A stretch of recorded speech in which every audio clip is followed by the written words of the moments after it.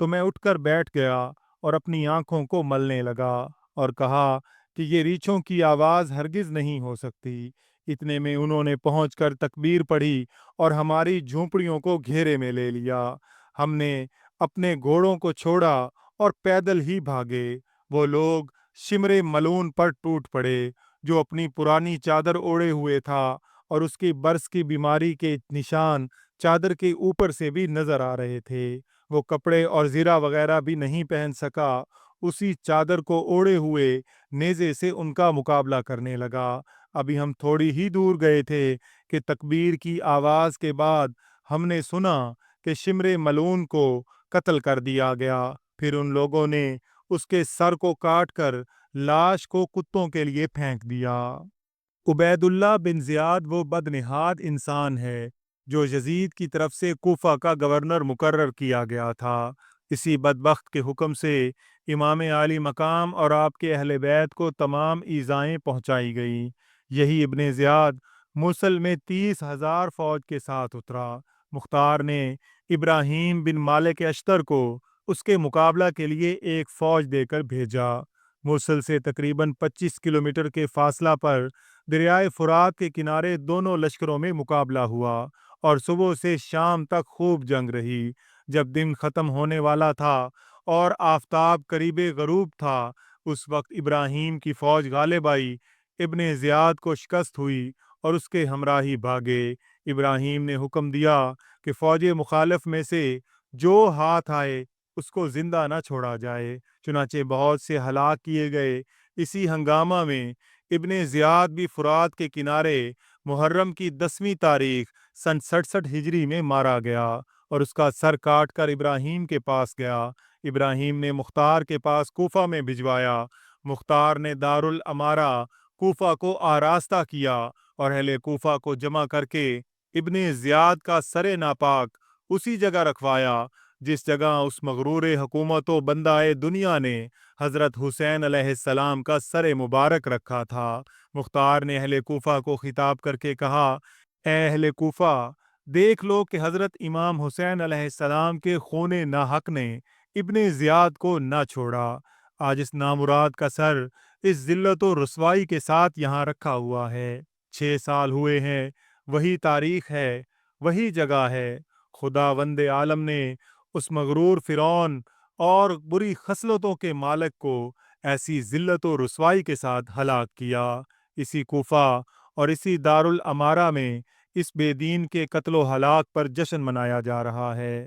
ترمذی شریف کی حدیث میں ہے کہ جس وقت ابن زیاد اور اس کے سرداروں کے سر مختار کے سامنے لا کر رکھے گئے تو ایک بڑا سانپ نمودار ہوا اور اس کی ہیبت سے لوگ ڈر گئے۔ وہ تمام سروں میں پھرا۔ جب عبید اللہ بن زیاد کے سر کے پاس پہنچا تو اس کے نتنے میں گھس گیا اور تھوڑی دیر ٹھہر کر اس کے منہ سے نکلا۔ اس طرح 3 بار سانپ اس کے سر کے اندر داخل ہوا اور غائب ہو گیا۔ ظلم کی ٹہنی کبھی پھلتی نہیں، ناؤ کاغذ کی کبھی چلتی نہیں۔ جو لوگ حضرت امام علی مقام کے مقابلے میں کربلا گئے اور ان کے قتل میں شریک ہوئے، ان میں سے تقریباً 6,000 کوفی تو مختار سقفی کے ہاتھوں ہلاک ہوئے اور دوسرے طرح طرح کے عذاب میں مبتلا ہوئے۔ علماء کرام فرماتے ہیں کہ ان میں سے کوئی نہیں بچا جو آخرت کے عذاب سے پہلے اس نے اس دنیا میں سزا نہ پائی ہو۔ ان میں سے کچھ تو بری طرح قتل کر دیے گئے، کچھ اندھے اور کوڑی ہوئے اور کچھ لوگ سخت قسم کی آفتوں میں مبتلا ہو کر ہلاک ہوئے۔ حضرت ابو شیخ فرماتے ہیں کہ ایک مجلس میں کچھ لوگ بیٹھے ہوئے تھے، آپس میں یہ باتیں کر رہے تھے کہ امام علی مقام کے قتل میں جس نے بھی کسی طرح کی کوئی مدد کی، وہ مرنے سے پہلے کسی نہ کسی عذاب میں ضرور مبتلا ہوا۔ ایک بوڑھا جو اسی مجلس میں تھا، اس نے کہا کہ میں نے تو مدد کی تھی مگر میں کسی عذاب میں مبتلا نہیں ہوا۔ اتنا کہنے کے بعد وہ چراغ درست کرنے کے لیے کھڑا ہوا۔ اس کی آگ نے بڈھے کو پکڑ لیا اور اس کا پورا بدن جلنے لگا۔ وہ آگ آگ چلاتا رہا یہاں تک کہ دریائے فرات میں کود پڑا، مگر آگ بجھی نہیں اور وہ اسی آگ میں جل کر ہلاک ہو گیا۔ حضرت ابو شیخ فرماتے ہیں کہ ایک مجلس میں کچھ لوگ بیٹھے ہوئے تھے اور آپس میں یہ باتیں کر رہے تھے کہ امام عالی مقام کے قتل میں جس نے بھی کسی طرح کی کوئی مدد کی وہ مرنے سے پہلے کسی نہ کسی عذاب میں ضرور مبتلا ہوا۔ ایک بوڑھا جو اسی محفل میں موجود تھا اس نے کہا کہ میں نے بھی ابن زیاد کی مدد کی تھی مگر میں تو کسی عذاب میں مبتلا نہیں ہوا۔ اتنا کہنے کے بعد وہ چراغ درست کرنے کے لیے کھڑا ہوا تو اس کی آگ نے اس بوڑھے کو پکڑ لیا اور اس کا پورا بدن جلنے لگا اور وہ آگ آگ چلاتا رہا یہاں تک کہ دریائے فرات میں کود پڑا مگر آگ بجھی نہیں اور وہ اسی میں جل کر ہلاک ہو گیا۔